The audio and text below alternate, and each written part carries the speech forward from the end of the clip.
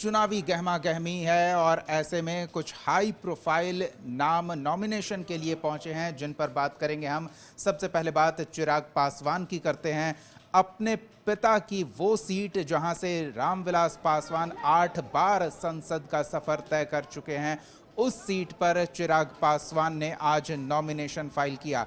Hajipur seat को लेकर पारिवारिक विवाद भी रहा, बावजूद इसके विवादों का ससमय निपटारा किया गया और पशुपति पारस ने नाराजगी जताते हुए मोदी मंत्रिमंडल से अपना इस्तीफा भी दे दिया था। बावजूद इसके वो समर्थन में फिर से आए, लेकिन जब चिराग पासवान नॉमिनेशन करने पहुंचे तो उन्हें पशुपति पारस की कमी खली और मंच से इसका उन्होंने उल्लेख भी किया कि अगर वो होते तो और बेहतर होता। विरोधियों पर हमला बोला और एनडीए का शक्ति प्रदर्शन भी देखने को मिला।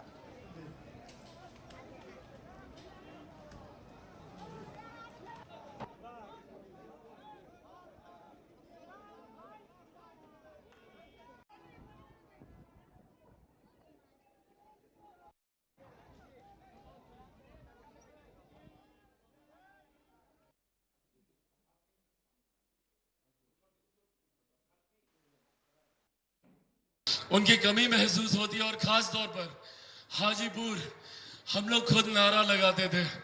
मैं राजनीति में नहीं था तब, पर जब भी उनके प्रचार के लिए आता था तो हम लोग नारा लगाते थे कि हाजीपुर का सांसद कैसा हो, रामविलास पासवान जैसा हो। पर आज जब इस नारे के साथ मैं अपना नाम सुनता हूं, जहां एक तरफ जिम्मेदारियों का एहसास होता है तो वहीं दूसरी तरफ इस बात की कमी खलती है कि आज अगर मेरे नेता, मेरे पिता मौजूद होते तो संभव था आज मैं उनके लिए यहां आया होता, आज उनके नामांकन के लिए हम लोग जा रहे होते हैं। पर आज ये ताकत भी वही देते हैं, ये हिम्मत भी वही देते हैं। हमारे रामविलास पासवान जी भी उतना ही खुशी मिलेगी उनको, इसलिए हाजीपुर की खुशी के लिए, हाजीपुर को जिसने बनाया है, बसाया है, मां बनाया है, मां की तरह पूजा की है, आइए उनके अरमानों को पूरा करने के लिए चिराग पासवान जी को रिकॉर्ड मत से 6 लाख से भी ज्यादा पार कराकर हम लोग जिताइए और दोनों मुट्ठी हाथ बनकर बोलिए जोर से, रामविलास पासवान अमर रहे, नरेंद्र मोदी जिंदाबाद, नीतीश कुमार जिंदाबाद। दूसरी ओर सारण लोकसभा सीट से राजीव प्रताप रूडी नॉमिनेशन के लिए पहुंचे। पूजा अर्चना करने के बाद पत्नी और बेटी के साथ रोड शो करते हुए कार्यकर्ताओं का हुजूम लेकर नॉमिनेशन सेंटर पहुंचे और वहां अपना नामांकन पत्र दाखिल किया। राजीव प्रताप रूडी ने जनता से जीत का आशीर्वाद भी लिया और कई जगहों पर उनका भव्य स्वागत किया गया।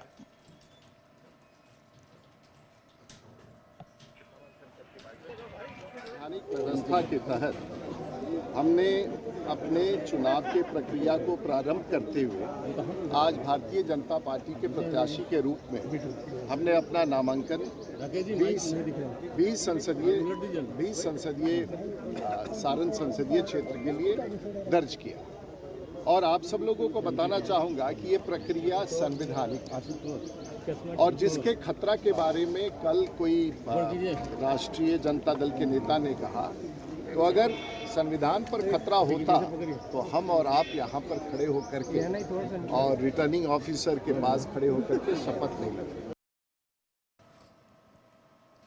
तो सारण सीट बचाने और राजीव प्रताप रूडी के पक्ष में प्रचार करने केंद्रीय रक्षा मंत्री राजनाथ सिंह भी पहुंचे। चुनावी सभा में विरोधियों पर जमकर बरसे और राष्ट्रवाद का मुद्दा भी उठाया। क्या कुछ कहा राजनाथ सिंह ने, एक बार वो भी सुनिए। लालटेन युग की वापसी किसी भी सूरत में बिहार में नहीं होनी चाहिए। मैं विशेष रूप से जवानों से कहना चाहता हूं, लेकर फैसला, संकल्प लेकर आगे बढ़ो। कभी कहते थे हम चरवाहा युग आएगा, कभी कहते थे लालटेन युग आएगा। क्या करना चाहते हैं? खिलवाड़ उड़ा दिया है बिहार को। भारत के रक्षा मंत्री के रूप में यकीन दिलाना चाहता हूं, भारत की सीमाएं पूरी तरह से सुरक्षित हैं। आज हमारी ताकत है कि भारत सीमा के इस पार भी मार सकता है, जरूरत पड़ी तो सीमा के उस पार भी जाकर भारत मार सकता है। यह भारत की हैसियत है।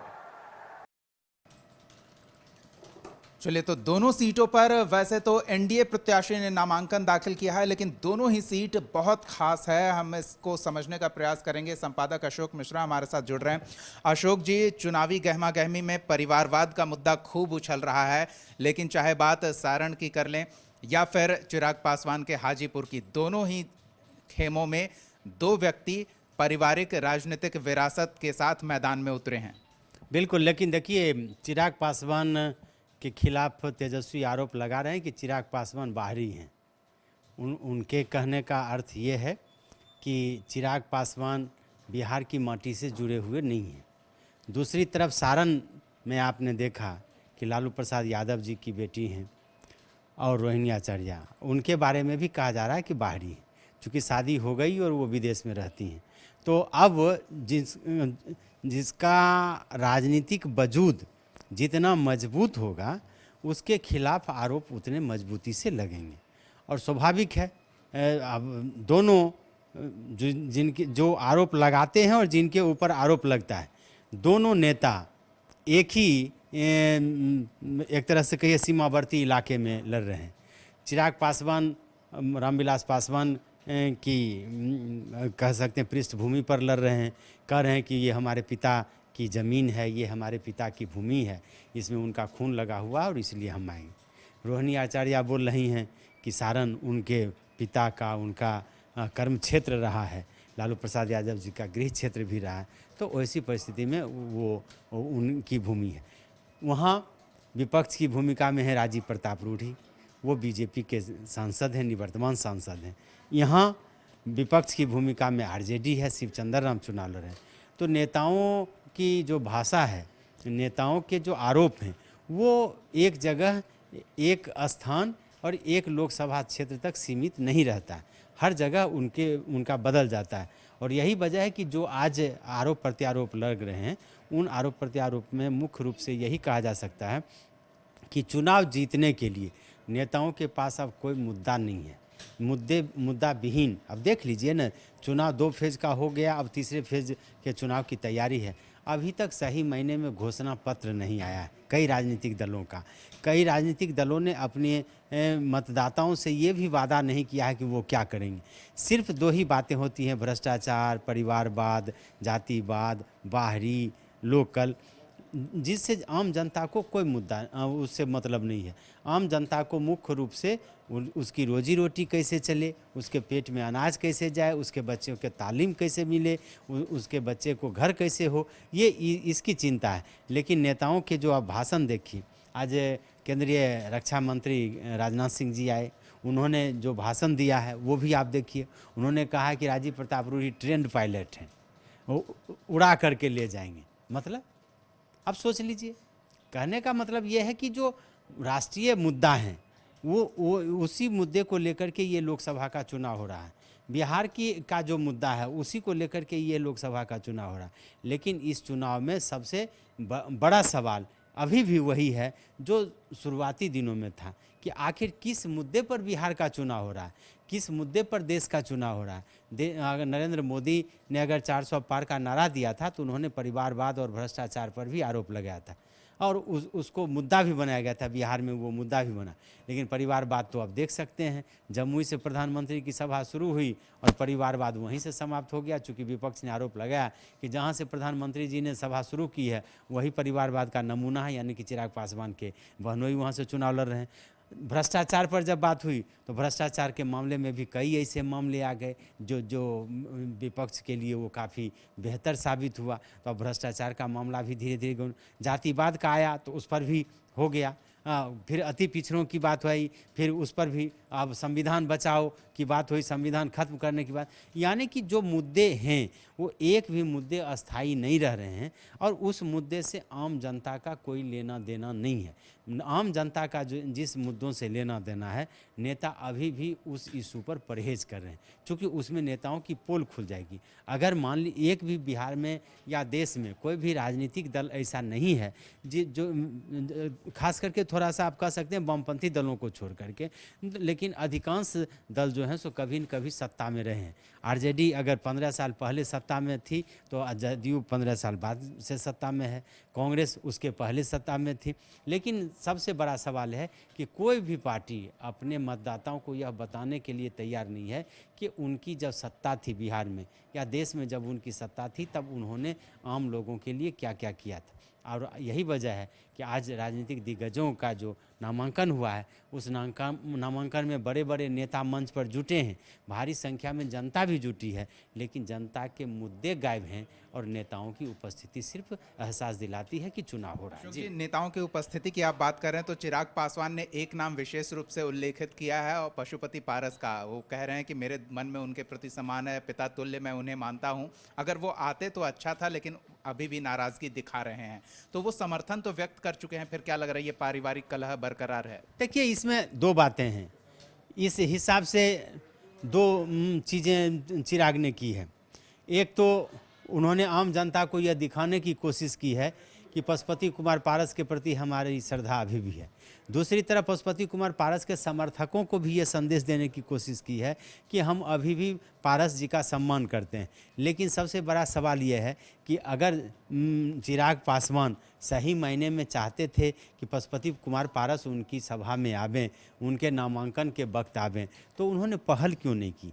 अब तो एक भी ऐसी स्थिति नहीं है कि पारस उनके खिलाफ में चुनाव मैदान में आ रहे हैं, उनका कोई उम्मीदवार आ रहा है। तो ऐसी परिस्थिति में चिराग पासवान को भी एक पहल करनी चाहिए थी। लेकिन जो हो, राजनीति में सब कुछ जायज़ है और चिराग पासवान ने यह संदेश देने की कोशिश ज़रूर की है कि अभी भी वो भले चाचा उनसे नाराज़ हैं लेकिन हम उनसे अभी नाराज़ नहीं हैं। आने वाले दिनों में देखिए, हो सकता है कि इसका असर दिखे कि पारस जा कर के चुनाव प्रचार करें। लेकिन सबसे बड़ा सवाल ये है जो आपने पूछा था कि इन सवाल जो नेताओं के द्वारा जो आम जनता से जुड़े हुए मुद्दे हैं, या आपको 2014 का आप चुनाव देख लीजिए, नरेंद्र मोदी जी जिस सभा में जाते थे वहाँ की जो समस्या थी उस समस्या के बारे में बात करते थे कि आपके यहाँ बिजली आई, क्या आपके यहाँ सड़क बनी, क्या आपके यहाँ ये फैक्ट्रियाँ क्यों बंद हुई। होमवर्क दिखता था और उसमें ये था कि हम अगर सत्ता में आए तो ये करेंगे। आज भले बीजेपी तो शासन में है, बीजेपी ने कई काम किए भी हैं, 10 साल कोई कम नहीं होता। अगर ये कहिए कि उनको उपलब्धि गिनाने की बात होगी तो फिर हर राज्यों में वो गिना सकते हैं, लेकिन वो गिना नहीं रहे हैं। दूसरी तरफ तेजस्वी हों या विपक्षी पार्टियां जो हैं वो भी तो नहीं बता रही हैं कि हाँ हमने क्या किया और क्या करेंगे। और सबसे बड़ा सवाल ये है कि अब देख लीजिए, गठबंधन हो, एनडीए गठबंधन तो कहीं न कहीं यह दिखाने की कोशिश कर रही है कि उसके सभी बड़े नेता किसी के नामांकन में शरीक हो रहे हैं, एक मंच पर वो भाषण दे रहे हैं। लेकिन इंडिया गठबंधन में अकेले तेजस्वी प्रसाद यादव ही हैं, वो ड्राइविंग सीट पर हैं और यहाँ कहीं भी नहीं लगता कि इंडिया गठबंधन में एकजुटता दिखती है और कहीं नहीं लगता है कि ये सब मिल करके चुनाव लड़ रहे हैं। हालांकि आज तो कई बीजेपी के नेताओं ने आरोप भी लगाया कि बिहार में इंडिया गठबंधन है, सिर्फ लालू का परिवार चुनाव लड़ रहा है। लेकिन इन सब के बावजूद ये कह सकते हैं कि चुनावी जो समय है उसको बांधने की कोशिश नेताओं के द्वारा की जा रही है। जनता भी कुछ न कुछ उसमें शिरकत कर रही है, लेकिन जनता के मुद्दे अभी भी गायब हैं, उनकी समस्याएं गायब हैं और नेताओं के भाषण ही सबसे बड़ी बात कह सकते हैं। इस चुनाव में देखने को मिल रहा है कि नेता सिर्फ और सिर्फ अपना भाषण दे करके अपने कर्तव्य की इतिश्री समझ रहे हैं। जी, बहुत बहुत धन्यवाद अशोक जी इस तमाम बातचीत और जानकारी के लिए। तो अब देखना दिलचस्प होगा कि किस तरह से गौण होते जनहित से जुड़े मुद्दों के बीच जब गैर जरूरी नेताओं के आरोप प्रत्यारोप चल रहे हों तो वो मतदाताओं को कितना प्रभावित करेंगे। जब नतीजे आएंगे तो स्थिति स्पष्ट होगी, लेकिन नज़र हमारी बनी रहेगी